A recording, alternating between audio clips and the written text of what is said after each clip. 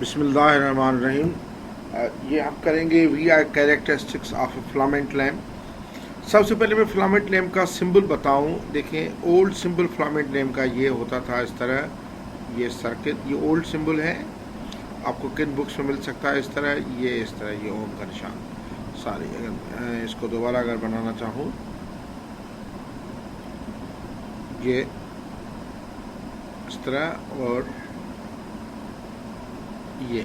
ये लैम्प था, filament lamp का ओल्ड सिंबल है।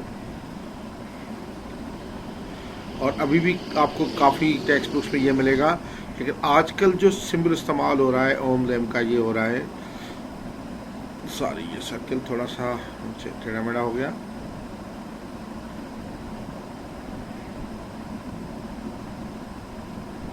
ये क्रॉस और ये इसके एंड्स, ये यानी ये क्रॉस सर्किल में और ये इसके एंड्स, ये न्यू सिंबल है। अब देखिए, इसमें फिलामेंट होती है, और फिलामेंट, ये जो फिलामेंट है ये फिलामेंट का सिंबल है। फिलामेंट में बेसिकली ये होता है कि ये मेटल होता है, टंगस्टन वायर का या किसी और का भी, ज़्यादातर टंगस्टन वायर होता है। तो ये मेटल होता है, तो मेटल का टेम्परेचर, देखिए जब वोल्टेज होता है तो गर्मी पैदा होती है, उसमें हीट पैदा होती है, टेम्परेचर बढ़ता है। जब टेम्परेचर बढ़ेगा तो इसका रेजिस्टेंस बढ़ जाता है, रेजिस्टेंस इसका कांस्टेंट नहीं रहता। यानी S temperature increases,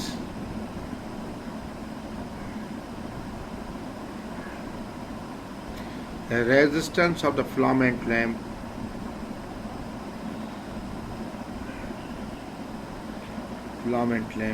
also increases।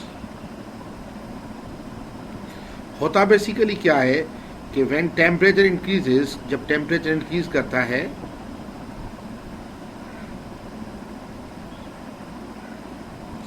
Atoms at their latest positions. ये रीज़न आप दे सकते हैं, एग्जाम में पूछे कि अगर टेम्परेचर बढ़ने से रेजिस्टेंस कैसे बढ़ता है, तो यह बता सकते हैं, when temperature increases atoms at their latest positions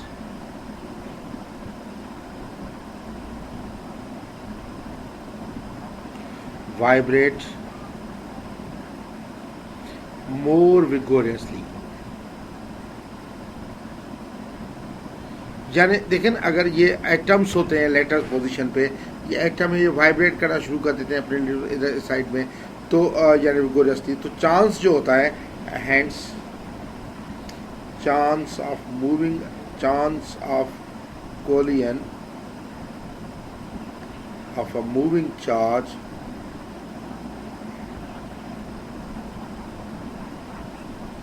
increases. यानी जो मूविंग चार्ज है, जो कंडक्टिंग चार्ज है, वो चांस उसका इंक्रीज कर जाता है टकराने का एटम से, हैंस रेजिस्टेंस इंक्रीजेस। यानी ये तो तय हुआ कि रेजिस्टेंस इंक्रीज करेगी। रेजिस्टेंस इंक्रीज करने का मकसद है कि आर इज इक्वल होता है वी अपॉन आई के।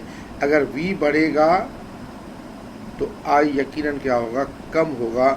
वी बढ़ता है तो आई कम होगा, आई कम होने से ही रेजिस्टेंस बढ़ेगा, या उस रेशो में नहीं। वी अगर बढ़ता भी है तो आई कम होगा या आई बढ़ेगा, ये तो नहीं कह सकते आई कम होगा।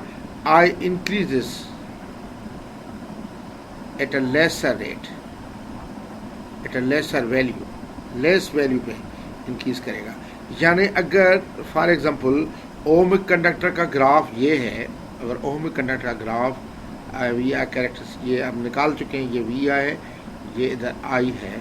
अगर इसका ग्राफ, ये स्ट्रेट लाइन है इधर ऐसे है, तो इसका ग्राफ जो है ये ओमिक कंडक्टर ग्राफ है जो हम निकाल चुके हैं।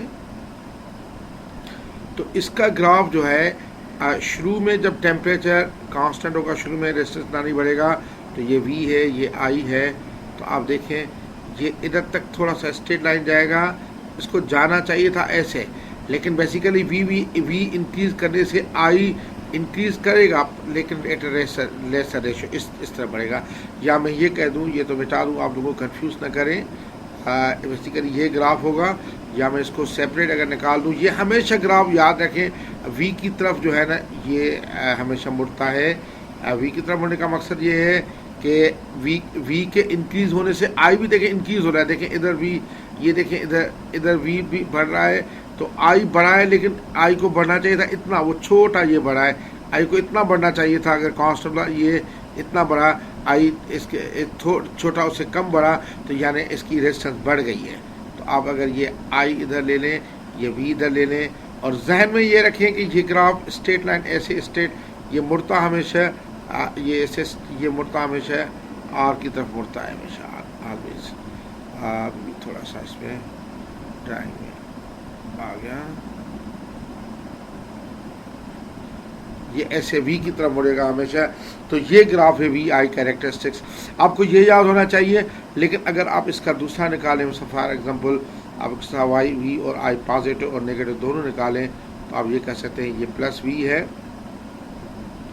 ये प्लस आई है, ये माइनस आई है, ये माइनस वी है। यानी वोल्टेज अगर माइनस हो जाए, देखें ये हमेशा वोल्टेज की तरफ जाएगा, ऐसे ग्राफ वोल्टेज की तरफ, और शुरू में ये स्ट्रेट लाइन इधर भी जाएगा, इसको ऐसे जाना चाहिए, लेकिन ये वोल्टेज की तरफ जाएगा हमेशा ऑलवेज, थोड़ा सा ऐसे करके ये वोल्टेज की तरफ इस तरह, ये पॉजिटिव नेगेटिव के लिए। आपको ये याद होना चाहिए ग्राफ, ये वाला ये हो जाए तो सेम है, ये वाला होना चाहिए।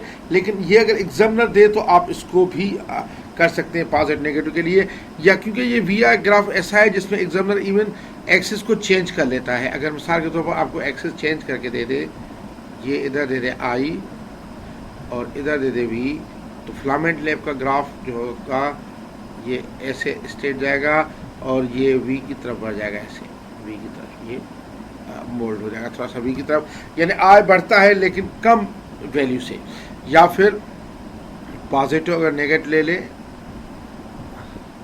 यानी ये प्लस आई है, ये माइनस आई है, ये प्लस वी, ये माइनस वी, तो ये ग्राफ ऐसे आएगा, ये वी की तरफ जाना चाहिए, मुड़ना चाहिए वी की तरफ, और ये ऐसे सीधा जाके ये वी की तरफ मुड़ेगा, ऐसे ये वी की तरफ मुड़ेगा, ऐसे इस तरह ग्राफ होगा।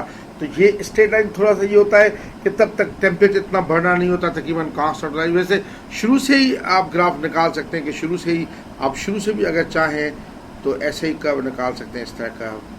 ये अगर आई है और ये वी है, आप ऐसे ग्राफ ले सकते हैं, रफली ले सकते हैं। थोड़ा सा स्ट्रेट लाइन दिखाना ज़रूरी होता है, फिर ये वी की तरफ बढ़ता है।